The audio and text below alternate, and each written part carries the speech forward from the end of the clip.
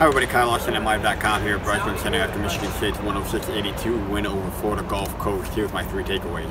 Takeaway number one, I think through two games where we can draw conclusions, it's that this Michigan State team can score, but it's also been giving up a lot of points. I mean, these scores are, 106-82 tonight, in the 90s on Tuesday night against Kansas. They're not very typical times that were scored.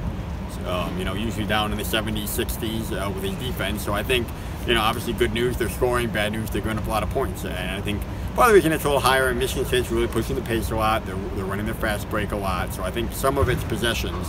But if there's a negative so far, I think it's them giving up a fair amount of points, giving up a decent shooting percentage.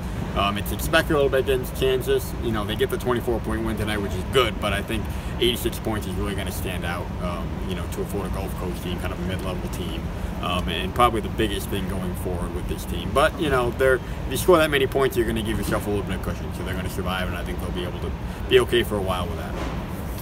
Takeaway number two, Nick Ward, as far as individual guys, stood out the most tonight. Had a really tough game in the first one, 2 for 8, 5 turnovers, and really turned things around. And obviously he had an easier matchup than he did against Kansas, but 25 points, 11 rebounds, his career high 4 assists. That still speaks for itself. And I also thought he did some things that were better regardless of matchup. He got double teamed a lot and kicked out and found open shooters. So we just talked to him in the locker room.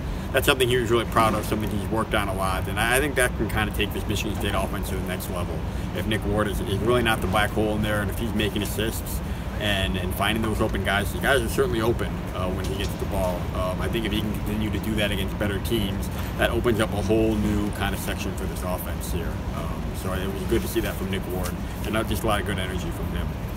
And then takeaway number three, Tom Izzo, we'll get some video of his press conference later on MLive.com, but really heated about the officiating tonight, and it had nothing to do with things called against Michigan State, really. It was about how what is being emphasized now kind of on a national level as far as what they're calling, what they're reviewing. If you watch the game, if you're at the game, you know that there were a lot of very long reviews for plays, a lot of technicals called that maybe weren't called before, and I think Izzo was pretty frustrated. It's along the lines of you paid attention to his frustration with the freedom of movement and not really being able to play physical on defense, kind of an extenuation of that. They kind of, NCAA kind of took it a little bit farther this year, and it was really apparent tonight with the number of reviews, the number of technicals, which really all, except for the one that Tom got for yelling at Ricky Doyle, all went against his team. And by the way, Tom said that the Ricky Doyle thing was him completely overreacting, so he kind of took the fall for that one. But kind of, this might taper off kind of as the season goes on, but really to start,